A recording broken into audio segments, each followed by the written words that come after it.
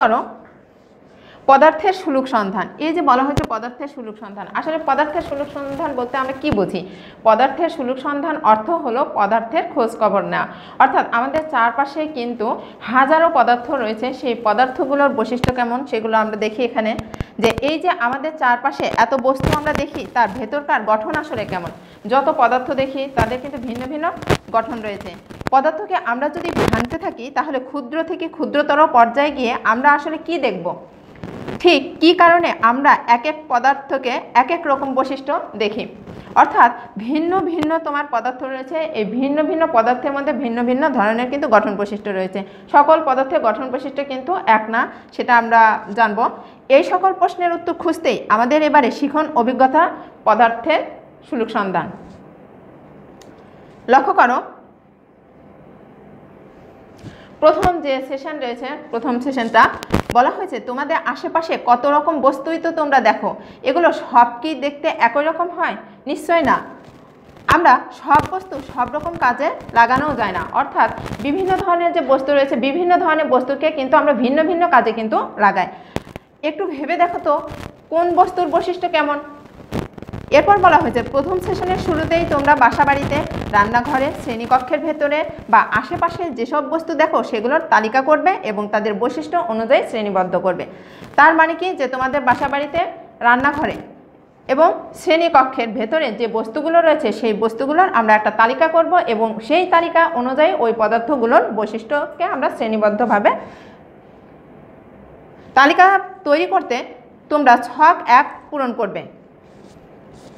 লক্ষ্য করো, ছকে রয়েছে প্রথমে বস্তুর নাম, এরপর বলা হয়েছে বস্তুটি যে পদার্থ দিয়ে তৈরি, এরপর বলা হয়েছে বস্তুটির বাহ্যিক অবস্থা, বস্তুটি কঠিন, তরল না বায়বীয় সেটি। এরপর এই যে বস্তু রয়েছে সেই বস্তুটির বৈশিষ্ট্য কী কী, অর্থাৎ ভঙ্গুর কিনা, আঘাত করলে ঝনঝন শব্দ হয় কিনা এবং দেখতে সেগুলো চকচকে হয় কিনা। এরপর যে বস্তুটি নিব সেই বস্তুটি কী কাজে লাগে। এখন লক্ষ্য করো, আমি নমুনা হিসেবে দিয়েছি যে পানি। তাহলে এই যে পানি, সেটি কি কি পদার্থ দিয়ে তৈরি? হাইড্রোজেন এবং অক্সিজেন। বস্তুটির যদি আমরা বাহ্যিক অবস্থা দেখি, অর্থাৎ বাইরের কি অবস্থা, আমরা পানির স্বাভাবিক তাপমাত্রায় কিন্তু দেখি যে পানি কি তরল অবস্থায় থাকে। এরপর বস্তুটি ভাঙ্গা যায় কিনা, এটি ভঙ্গুর নয়। এরপর আঘাত করলে ঝনঝন শব্দ হয় না, চকচকে নয়, আবার যে পাত্রে রাখা যায় ঠিক সেই পাত্রেরই কিন্তু আকার ধারণ করে পানি। এরপর বস্তুটি কি কাজে লাগে? পান করা হয়, গোসল করা হয়, ধোয়া মোছার কাজে এই পানি ব্যবহার করা হয়। এরপর বলা হয়েছে রান্নার কাজে যে আমরা কড়াই ব্যবহার করি সেই কড়াইটা কি দিয়ে তৈরি? লোহা দিয়ে তৈরি। এখন এটি বস্তুটাকে আমরা বাইরে থেকে দেখতে কেমন মনে হয়? অর্থাৎ এটি কিন্তু কঠিন। এরপর এটি কিন্তু ভঙ্গুর, অর্থাৎ তাকে যদি ভেঙে ফেলো সেটা কিন্তু ভেঙে যাবে। এরপর আঘাত যদি করো তাহলে আঘাত করলে ঝনঝন শব্দ হবে এবং দেখতেও তোমার সেটা চকচকে। এই কড়াইটা কোন কাজে ব্যবহার করা হয়? রান্নার কাজে ব্যবহার করা হয়। এরপর বলা হয়েছে ফ্যান। ফ্যান আমরা বাসা বাড়িতে বলো বা শ্রেণীকক্ষে বলো, সেই ফ্যানটা আমরা ব্যবহার করি। তো সেই ফ্যানটা কি দ্বারা তৈরি? লোহা দ্বারা তৈরি। এবং এই ফ্যানটা যদি আমরা বাইরে থেকে লক্ষ্য করি তাহলে ফ্যানটা দেখতে কিন্তু কঠিন। এরপর যেহেতু কঠিন পদার্থ তাই এটি হচ্ছে ভাঙবে, আঘাত করলে ঝনঝন শব্দ হবে এবং দেখতে চকচকা হবে। এবং বস্তুটি কি কাজে লাগে? বাতাস দেয়, যা ঘরকে ঠান্ডা রাখে। এরপর যেটি রয়েছে চিরুনি। আমরা চিরুনি কিন্তু চুল আঁচড়ানোর কাজে ব্যবহার করি, সেটি প্লাস্টিক, অর্থাৎ প্লাস্টিক দ্বারা তৈরি। বস্তুটির বাহ্যিক অবস্থা যদি আমরা দেখি তাহলে সেটি কঠিন। এরপর বস্তুটির বৈশিষ্ট্য কী কী? অর্থাৎ এটি কিন্তু ভঙ্গুর, আঘাত করলে ঝনঝন শব্দ হয় না, চকচকে নয়।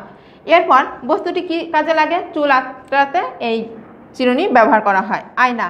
আয়না কি দিয়ে তৈরি? কাঁচ দিয়ে তৈরি এবং কাঁচ একটি কঠিন পদার্থ। এখন এই কাঁচ স্বাভাবিকভাবে কিন্তু এটি ভঙ্গুর হয়, তারপর আঘাত করলে ঝনঝন শব্দ হয় না, চকচকে হয় এবং দেখার জন্য এটি ব্যবহৃত হয়। এরপরে দিয়েছি যে কলম। কলম প্লাস্টিক পদার্থ দিয়ে তৈরি। বস্তুটির বাহ্যিক অবস্থা দেখলে অর্থাৎ বাইরে থেকে দেখলে সেটি কঠিন হয়, এটি ভঙ্গুর নয়, আঘাত করলে ঝনঝন শব্দ হয় না এবং সেটি দেখতেও কিন্তু চকচকে হয় না। আমরা কি কাজে ব্যবহার করি? সেটি লেখার কাজে ব্যবহৃত হয়। এরপর চক, অর্থাৎ আমরা এই যে ব্ল্যাকবোর্ডে যেটা আমরা ব্যবহার করি সেই চক। তো চকটা কি পদার্থ দিয়ে তৈরি? চুনাপাথর দিয়ে তৈরি এবং সেটি কঠিন। এরপর এটি ভঙ্গুর হয়, আঘাত করলে কিন্তু সেটা ঝনঝন তোমার শব্দ হবে না এবং চকচকে নয়, সেটিও কিন্তু লেখার কাজে ব্যবহৃত হয়।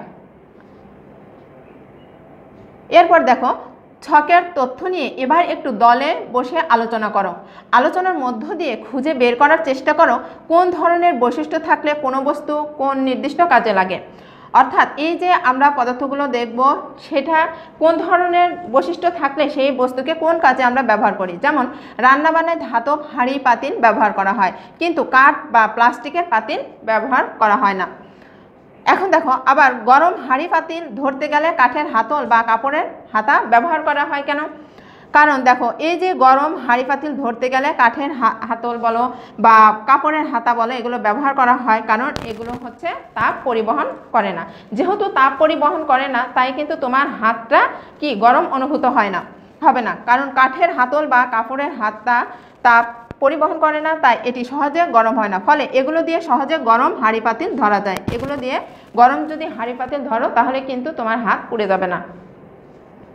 এরপর বলা হচ্ছে একইভাবে বিদ্যুৎ পরিবহনের জন্য যে তার ব্যবহার করা হয় তার উপরের স্তর প্লাস্টিকের হলেও ভেতরের তার ব্যবহৃত, অর্থাৎ ভেতরে যে তামার তার থাকে সেই তামার তার ব্যবহৃত হয়। সেটাই বা কেন ব্যবহৃত হয়? লক্ষ্য করো, নমুনা উত্তর হিসেবে দিয়েছি যে বিদ্যুৎ পরিবহনের জন্য যে তার ব্যবহৃত হয় তার ভেতরে থাকে তামার তার, যা বিদ্যুৎ পরিবহন করে।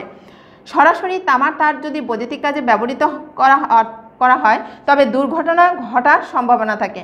অন্যদিকে তামার তারের উপরে প্লাস্টিকের স্তর দেওয়া হয়, কারণ প্লাস্টিক তাপ বিদ্যুৎ অপরিবাহী। কারণ এই প্লাস্টিক আমরা জানি তাপ পরিবহন করে না, এই কারণে সেই তামার তারের উপর প্লাস্টিকের আস্তরণ দেওয়া হয়, যার ফলে সহজে কোনো দুর্ঘটনা ঘটে না।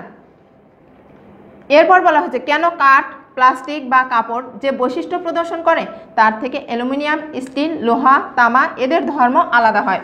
তাহলে লক্ষ্য করে, এই যে কাঠ, প্লাস্টিক বা কাপড় এগুলো কিন্তু আমরা জানি যে অধাতু, এবং অধাতু যেহেতু তাই সেটি তাপ এবং বিদ্যুৎ পরিবহন করে না। এদের যদি আঘাত করা হয় তাহলে ঝনঝন শব্দ হয় না। অন্যদিকে দেখো, অ্যালুমিনিয়াম বলো, স্টিল বলো, তামা বলো এগুলো ধাতু, এবং আমরা জানি এই যে ধাতু, সে ধাতুর কিন্তু অনন্য বৈশিষ্ট্য হলো সেটা তাপ ও বিদ্যুৎ পরিবহন করে এবং এদের আঘাত করলে ঝনঝন শব্দ হয়। এরপর বলা হয়েছে উপরের ছকের বস্তুগুলোকে আলোচনার মাধ্যমে নিচের শর্ত অনুযায়ী শ্রেণীবদ্ধ করো। আমরা ছকে যে প্রথম যে ছকটা ছিল সেই ছকে যে পদার্থগুলো আমরা নিয়েছিলাম সেইটা দিয়েই কিন্তু এই ছকটা আমরা কাজ করব। তো বস্তুর নাম আছে পানি, কি দিয়ে তৈরি সেটি? হাইড্রোজেন এবং অক্সিজেন দিয়ে তৈরি। ধাতু নাকি অধাতু? কারণ আমরা জানি যে যেহেতু পানি হাইড্রোজেন এবং অক্সিজেন দ্বারা তৈরি তাই সেটি অধাতু। তাপ পরিবহন করে কিনা? তাপ পরিবহন করে এবং বিদ্যুৎ পরিবহন করে। কড়াই কি দিয়ে তৈরি? লোহা দিয়ে তৈরি এবং সেটি কিন্তু তোমার ধাতু। আর ধাতুর বৈশিষ্ট্য কিন্তু আমরা জানি তাপ ও বিদ্যুৎ উভয়ই পরিবহন করে। এরপর ফ্যান হচ্ছে লোহা, তাহলে সেটি ধাতু। এক্ষেত্রেও আমরা বলতে পারি যেহেতু ধাতু তাই তাপ এবং বিদ্যুৎ উভয়ই পরিবহন করবে, অর্থাৎ ছকে আমরা আলাদা আলাদা করে সেটি লিখেছি। চিরুনি যদি বলি তাহলে প্লাস্টিক, এই প্লাস্টিক অধাতু, তাপ পরিবহন করে না এবং বিদ্যুৎ পরিবহন করে না। এরপর এই যে আমরা নিয়েছিলাম আয়না, কি দিয়ে তৈরি? কাঁচ দিয়ে তৈরি। ধাতু নাকি অধাতু? সেটি অধাতু। তাপ পরিবহন করে এবং বিদ্যুৎও পরিবহন করে। এরপর কলম প্লাস্টিক, ধাতু নাকি অধাতু? সেটা অধাতু, তাপ পরিবহন করে না এবং বিদ্যুৎও পরিবহন করে না। এরপর বলা হয়েছে চক কি পদার্থ দিয়ে তৈরি? এটা চুনা পাথর দিয়ে তৈরি। এরপর এটি অধাতু, তাপ পরিবহন করে না, বিদ্যুৎও পরিবহন করে না।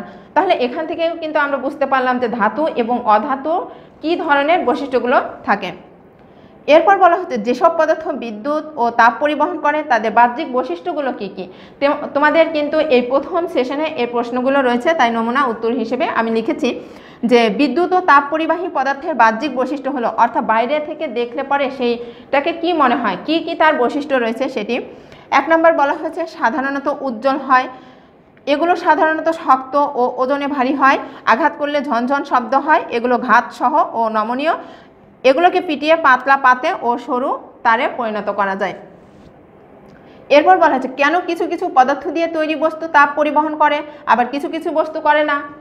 এর নমুনা উত্তর দিয়েছি যে ধাতু জাতীয় পদার্থের পরমাণুগুলোর শেষ কক্ষপথে যে ইলেকট্রন থাকে সেগুলো সাধারণত খুব দুর্বলভাবে আটকে থাকে, তোমরা এই পদার্থের শুরুর সন্ধান যখন পড়বে তখন অণু পরমাণুর যে অনুসন্ধানী বই রয়েছে সেই অনুসন্ধানী বইটা কিন্তু অবশ্যই পড়তে হবে, কারণ 2024 সালে যে নতুন আঙ্গিকে তোমাদের বইগুলো করা হয়েছে তন্মধ্যে বিজ্ঞান কিন্তু একটা অন্যতম, যেটাতে তোমাকে যখনই ছক পূরণ করতে হবে তখন কিন্তু তোমাদের অনুসন্ধানী বইটা পড়ে নিতে হবে এবং সেই আঙ্গিকেই কিন্তু প্রশ্নগুলো করা আছে। তা আমরা সেটি এক পরমাণু থেকে অন্য পরমাণুতে যেতে পারে। এই মুক্ত ইলেকট্রন দিয়ে তাপ ও বিদ্যুৎ পরিবহন হয়ে থাকে। আর অধাতু পরমাণুর শেষ কক্ষপথে প্রায় মুক্ত কোনো ইলেকট্রন নেই, তাই সেখানে বিদ্যুৎ প্রবাহিত করার জন্য কোনো ইলেকট্রন নেই, তাই অধাতু তাপ ও বিদ্যুৎ পরিবহন করে না। এরপর বলা হচ্ছে তোমাদের দলের সবাই একসাথে বসে অনুসন্ধানী পাঠ বইটির অণুপরমাণু অধ্যায়টি পড়ো। মৌলিক পদার্থ, ইলেকট্রন, প্রোটন, নিউট্রন, পরমাণুর গঠন ইত্যাদি বিষয় পড়ে নিজেরা আলাপ করো ও বিষয়গুলো বুঝতে চেষ্টা করো। প্রতিটি মৌলিক পদার্থের যে একটা পারমাণবিক সংখ্যা থাকে তা কিভাবে হিসাব করা হয় তাও পড়ো এবং আলোচনা করো। কারণ এই যে পারমাণবিক সংখ্যা আমরা জানি যে সকল মৌলের পরমাণুর প্রোটন সংখ্যা একই, কাটতে হবে,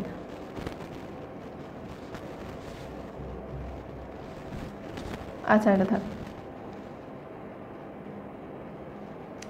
পরমাণুর কেন্দ্রে থাকে প্রোটন আর নিউট্রন, আর তাদের ঘিরে ইলেকট্রনগুলো ঘুরতে থাকে, এটা তো জেনেছই। এখন এখানে দেখো পরমাণুর যে গঠন বিন্যাস, সেই পরমাণু গঠন বিন্যাস রয়েছে। এখানে আমরা যদি দেখি তাহলে কেন্দ্রে রয়েছে তোমার প্রোটন আর রয়েছে নিউট্রন, এবং এটাকে বলা হয় নিউক্লিয়াস। কেন্দ্রে যেটা রয়েছে সেটাকে বলা হয়েছে নিউক্লিয়াস, এবং এই নিউক্লিয়াসকে ঘিরে চারদিকে ঘূর্ণায়মান অবস্থায় থাকে ইলেকট্রন। তাহলে এই যে বাইরের দিকে যে একটা ইলেকট্রন রয়েছে এটা দ্বারা আমরা বুঝবো যে এটা হাইড্রোজেন মৌল। এরপরে যদি আমরা পরের মৌলের গঠন বিন্যাসটা দেখি তাহলে দেখো প্রথম কক্ষপথে রয়েছে 2টা এবং দ্বিতীয় কক্ষপথে রয়েছে 4টা, তাহলে টোটাল 6টা। এটা কার্বনের গঠন বিন্যাস। এরপরের